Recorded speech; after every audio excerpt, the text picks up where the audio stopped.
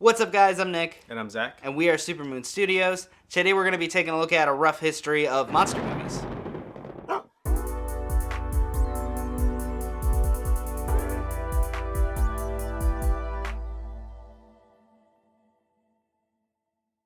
The horror genre is one that is vast and extremely varied, from classic monsters to slashers to haunted houses and everything in between.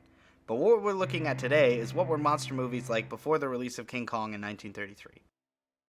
As early as 1914, American filmmakers were experimenting with horror films.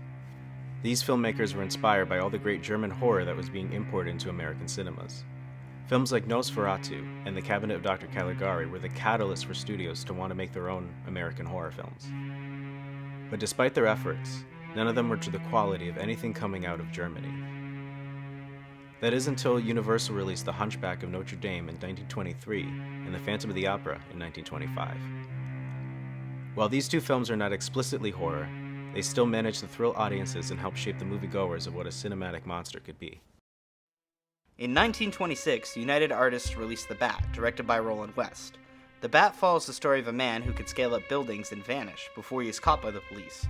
The Bat, much like Phantom and the Hunchback, is not explicitly horror. However, it was still full of eerie imagery and creepy sets inspired by silent German horror films.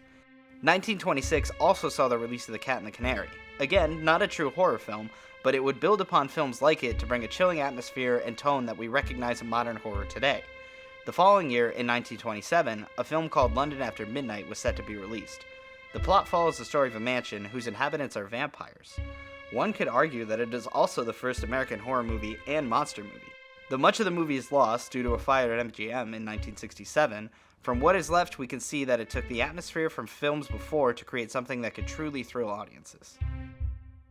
Up until this point, there weren't any true monsters on screen. As we've seen, our monsters were to form outcasts, or in the case of London After Midnight, a man pretending to be a monster.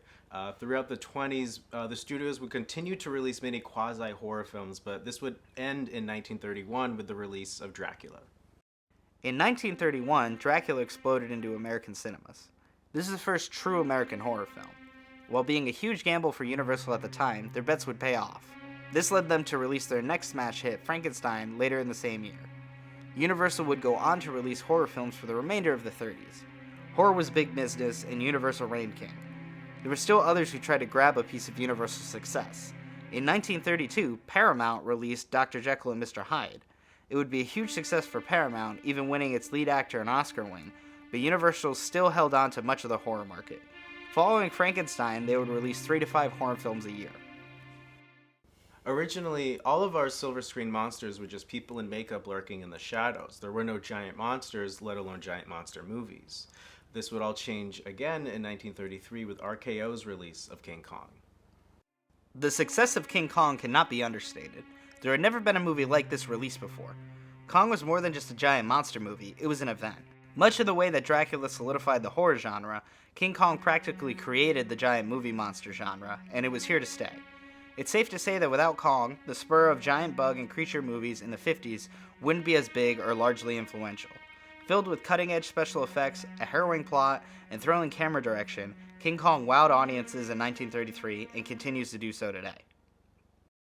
So as you guys can see, King Kong really is what started this big monster movie genre, especially in America, and then eventually all over the world. So without RKO and everything they did, especially with their special effects and all of that technology that they helped push forward, we really wouldn't have kind of the big set pieces and spectacle movie events that we do have today. So with that, that's probably going to be it for us today. Please like this video, please share it, please subscribe down below.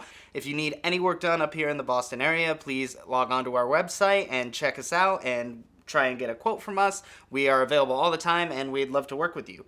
So with that, please stay tuned for more videos, and I think that's it. We'll be back with more Monster March next week.